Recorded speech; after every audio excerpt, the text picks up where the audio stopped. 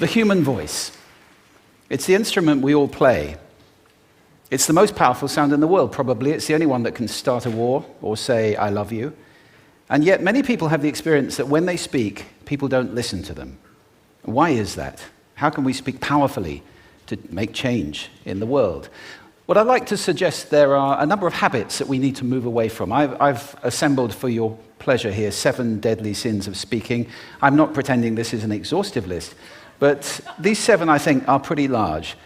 Habits that we can all fall into. First, gossip.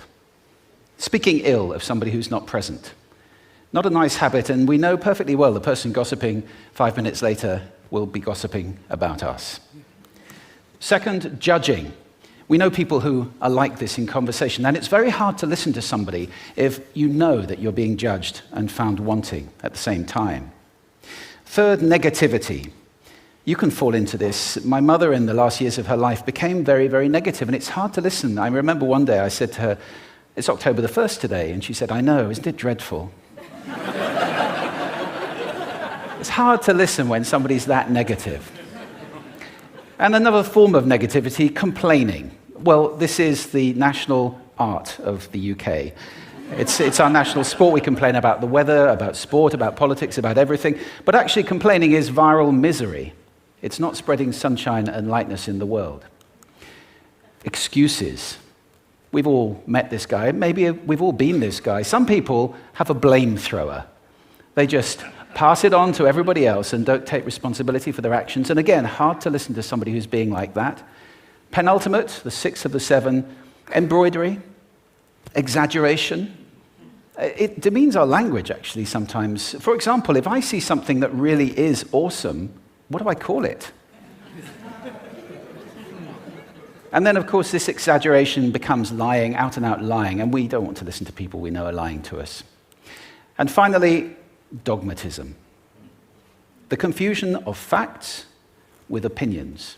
When those two things get conflated, you're listening into the wind. You know, somebody is bombarding you with their opinions as if they were true. It's difficult to listen to that. So here they are, 7 deadly sins of speaking. These are things I think we need to avoid. But is there a positive way to think about this? Yes, there is. I'd like to suggest that there are 4 really powerful cornerstones, foundations, that we can stand on if we want our speech to be powerful and to make change in the world. Fortunately, these things spell a word. The word is hail, and it has a great definition as well. I'm not talking about the stuff that falls from the sky and hits you on the head. I'm talking about this definition, to greet or acclaim enthusiastically, which is, I think, how our words will be received if we stand on these 4 things. So what do they stand for? See if you can guess. The H, honesty, of course. Being true in what you say, being straight and clear. The A is authenticity, just being yourself. A friend of mine described it as standing in your own truth, which I think is a lovely way to put it. The I is integrity, being your word, actually doing what you say, and being somebody people can trust. And the L is love. I don't mean romantic love, but I do mean wishing people well. For 2 reasons. First of all, I think absolute honesty may not be what we want. I mean, my goodness, you look ugly this morning. Perhaps that's not necessary. Tempered with love, of course, honesty is a great thing. But also, if you're really wishing somebody well, it's very hard to judge them at the same time. I'm not even sure you can do those 2 things simultaneously. So, hail. Also, now that's what you say, and it's like the old song, it is what you say, it's also the way that you say it. You have an amazing toolbox. This instrument is incredible, and yet this is a toolbox that very few people have ever opened. I'd like to have a little rummage in there with you now, and just pull a few tools out that you might like to take away and play with, which will increase the power of your speaking. Register, for example. Now, falsetto register may not be very useful most of the time, but there's a register in between. I'm not going to get very technical about this for any of you who are voice coaches. You can locate your voice, however. So if I talk up here in my nose, you can hear the difference. If I go down here in my throat, which is where most of us speak from most of the time, but if you want weight, you need to go down here to the chest. You hear the difference? We vote for politicians with lower voices. It's true, because we associate depth with power and with authority. That's register. And we have timbre. It's the way your voice feels. Again, the research shows that we prefer voices which are rich, smooth, warm, like hot chocolate. Well, if that's not you, that's not the end of the world, because you can train. Go get a voice coach. And there are amazing things you can do with breathing, with posture, and with exercises to improve the timbre of your voice. Then prosody. I love prosody. This is the sing-song, the meta-language that we use in order to impart meaning. It's route one for meaning in conversation. People who speak all on one note are really quite hard to listen to if they don't have any prosody at all. That's where the word monotonic comes from, or monotonous, monotone. Also, we have repetitive prosody now coming in, where every sentence ends as if it were a question, when it's actually not a question, it's a statement. And if you repeat that one over and over, it's actually restricting your ability to communicate through prosody, which I think is a shame. So let's try and break that habit. Pace. I can get very, very excited by saying something really, really quickly, or I can slow right down to emphasize.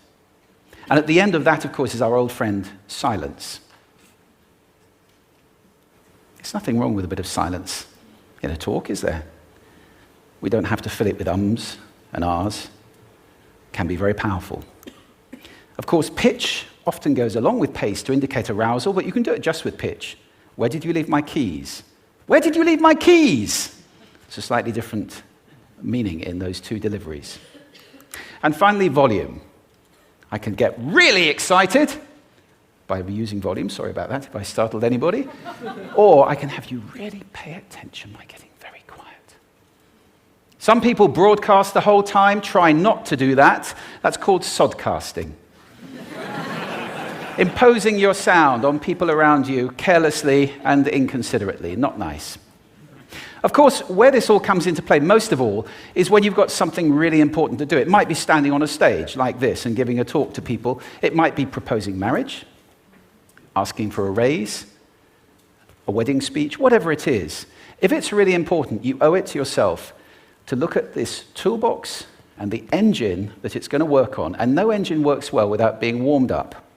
Warm up your voice. Actually, let me show you how to do that. Would you all like to stand up for a moment? I'm going to show you the 6 vocal warm-up exercises that I do before every talk I ever do. Anytime you're going to talk to anybody important, do these. First, arms up. Deep breath in and sigh out. Like that. One more time.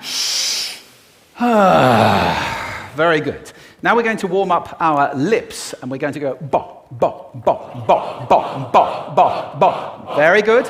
And now, just like when you were a kid. Now your lips should be coming alive. We're going to do the tongue next with exaggerated la, la, la, la, la, la, la, la, la. Beautiful. You're getting really good at this. And then roll an R. That's like champagne for the tongue. Finally, and if I can only do one, the pros call this the siren. It's really good. It starts with we and goes to or. The we is high, the or is low. So you go wee, oh, wee. Fantastic. Give yourselves a round of applause. Take a seat. Thank you. Next time you speak, do those in advance. Now, let me just put this in context to close. This is a serious point here. This is where we are now, right? We speak not very well into people who simply aren't listening in an environment that's all about noise and bad acoustics. I have talked about that on this stage in different phases. What would the world be like if we were speaking powerfully to people who are listening consciously in environments which were actually fit for purpose? Or to make that a bit larger, what would the world be like if we were creating sound consciously and consuming sound consciously and designing all our environments consciously for sound? That would be a world that does sound beautiful, and one where understanding would be the norm. And that is an idea worth spreading. Thank you. Thank you.